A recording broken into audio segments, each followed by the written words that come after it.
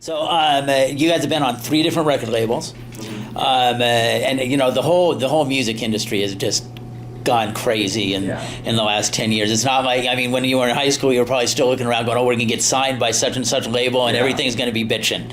And it doesn't work that way anymore. It's crazy, people's concepts, because I remember how I used to think of like getting signed and like getting a record deal, and that's like you've made it, you know? But it's really a totally different thing. But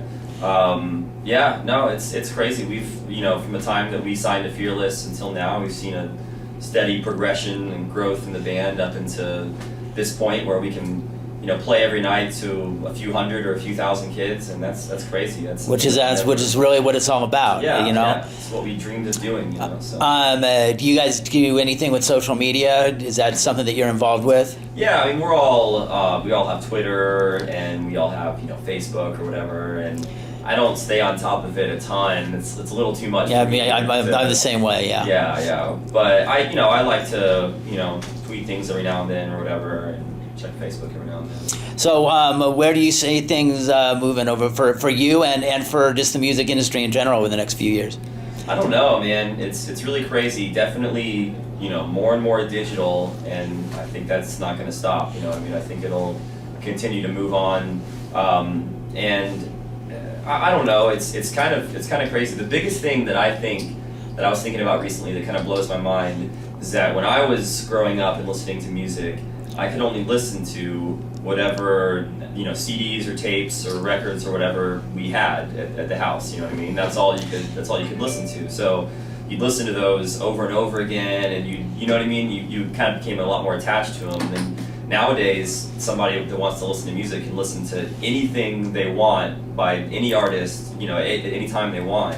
And that's kind of crazy to think about, and how different that has to be. Well, what do you think that does? I mean, you know, you guys came up listening to, you know, 90s rock and classic rock, and it's obviously informed what you do now. Yeah. What does it do to, you know, musicians coming up now when you obviously, it's almost like too many choices. Exactly. You know, it's like how do you find your voice when, you know, everybody's shouting at the same time? Yeah, no, exactly. And how do you be like unique and stand out whenever there's just kind of a flood of, you know, different, anybody can get their music out there and can get their music heard, you know what I mean? So it's hard to be original and do something that hasn't been done before, you know? Yeah, I always say that the good news is the digital revolution allowed anybody with a few $100 to make a record in their living room, and the bad news is it let anybody with a few $100 make a record in their living room, exactly, you know, because some of them just never should have been made in the first place. Yeah. So, and I think you're right on the whole digital thing. We actually got some news the other day. Some of the major labels are saying that they will stop making CDs in 2012. Gosh.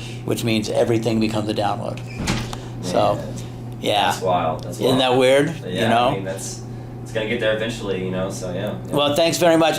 What's on your iPod right now? I've been getting into a band called Mariana's Trench lately. I think they're really awesome. Foxy Shazam. The new Dangerous Summer CD is really awesome. The new Blink-182 CD is really good. Those are a couple. Okay, cool. Derek, thanks for taking the time. I really appreciate it. Yeah. And have a good show. Sounds good. Thanks, man. Bye.